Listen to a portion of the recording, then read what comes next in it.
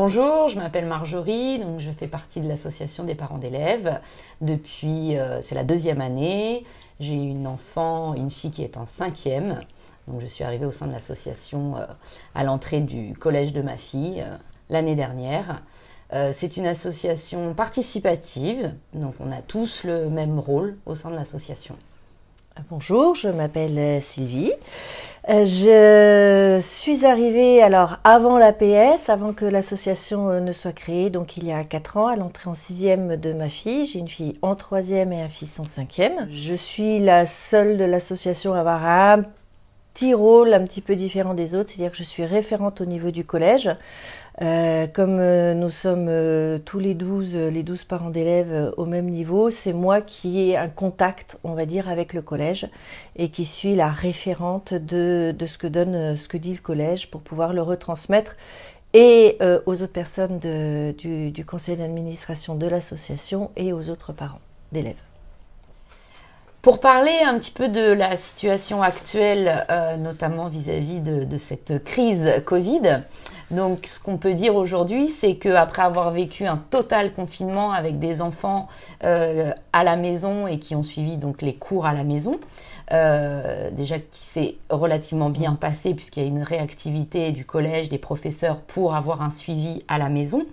Mais c'est vrai qu'aujourd'hui, le fait que les enfants puissent retourner au collège, puissent suivre leur enseignement, être en classe avec leurs camarades, on sent que psychologiquement, c'est beaucoup mieux géré, beaucoup mieux vécu par l'ensemble des parents grâce à leurs enfants qui se retrouvent dans un collège sécurisé avec un protocole mis en place qui a été voilà, d'une totale transparence et qui s'est mis à la fin donc, de l'année dernière, de l'année scolaire et de la rentrée de cette année, qui a un fonctionnement tout à fait honorable et qui montre qu'effectivement on peut y arriver, on peut laisser les enfants à l'école et en plus avec des aménagements d'horaires de cantine, un étalement de passage de cantine pour comme ça réduire un peu la présence des enfants sur le réfectoire, puisque évidemment c'est là que pourrait se propager le virus.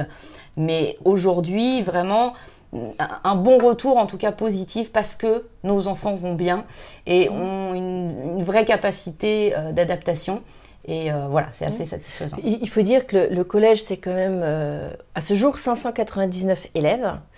Que sur ces 599 élèves, on ne dénombre aujourd'hui que 3 cas positifs Covid. Il y a eu, pas aujourd'hui là maintenant, hein, mais depuis le début, il n'y a eu que 3 cas positifs au Covid.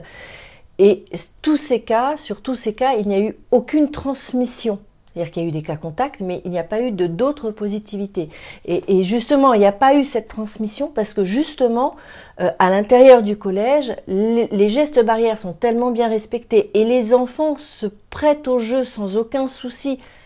Au niveau de cette obligation du port du masque, qui effectivement est dans le protocole et qui, voilà, c'est port du masque obligatoire au sein du collège, certains élèves, en tout cas certains parents inquiets, notamment par rapport à des petits soucis de santé que pourraient avoir les enfants, je pense aux enfants asthmatiques ou voilà,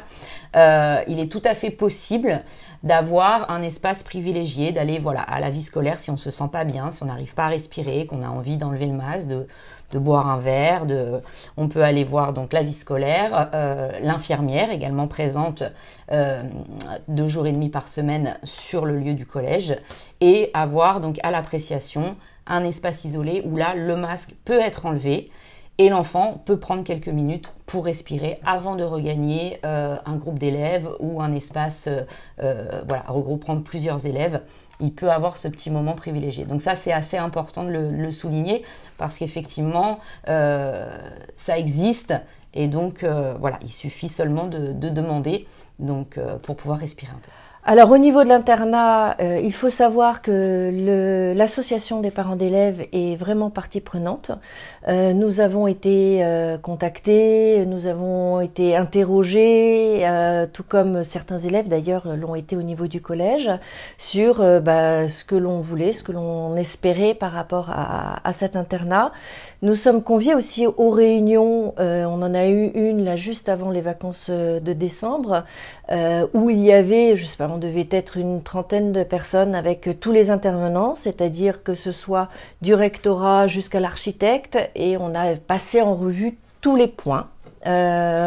Avec donc cette date de livraison pour septembre 2022, un début de travaux prévu fin juin 2021, donc il faut prévoir à peu près 1 an de travaux, et puis tout ce qui va être mis en place autour pour que ces travaux ne soient pas une trop grosse gêne. Il y aura une gêne bien sûr, mais ne soit pas une trop grosse gêne pour la suite des cours et des enseignements des professeurs. Alors il faut savoir que nous étions 2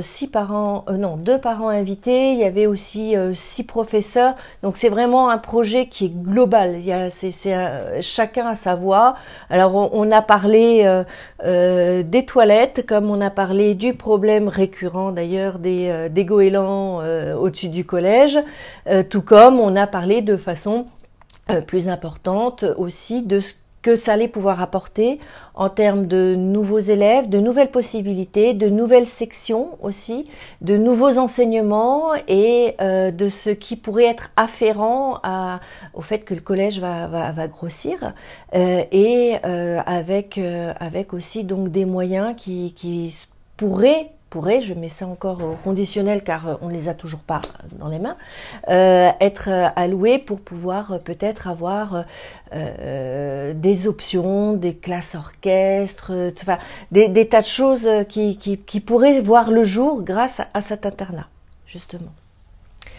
Alors au début de l'année, par exemple, nous avons été sollicités par certains parents concernant des soucis avec les réseaux sociaux et la façon dont les enfants utilisaient les réseaux sociaux. Le collège fait beaucoup de sensibilisation auprès des élèves, donc nous c'est plutôt auprès des parents, avec justement une meilleure connaissance du cadre légal,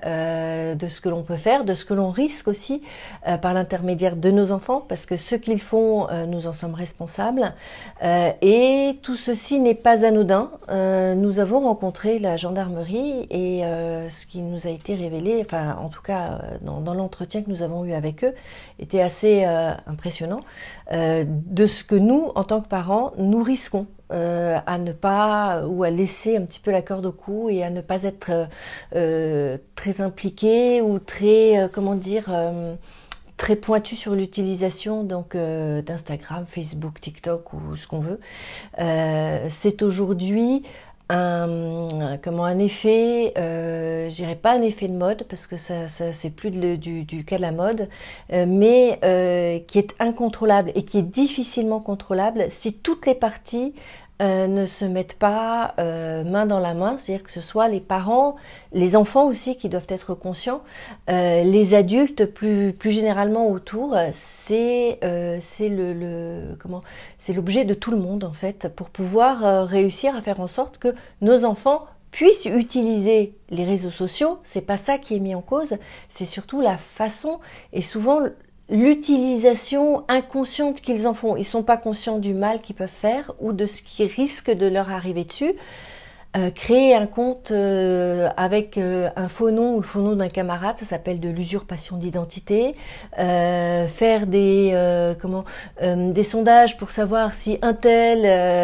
est avec un tel ou si un tel a été même en vacances à l'autre bout du monde. Ça, c'est la vie privée et ça peut avoir de graves conséquences juridiques, tout simplement. Et ça, ce sont des choses souvent on n'en a pas conscience, ni les élèves et ni les parents. Je pense que si les parents étaient au courant, on aurait peut-être une plus grande vigilance par rapport à ce qui se passe dans les téléphones de nos enfants. Et pour nous contacter, n'hésitez pas à nous écrire par l'adresse mail qui apparaît en bas de l'écran.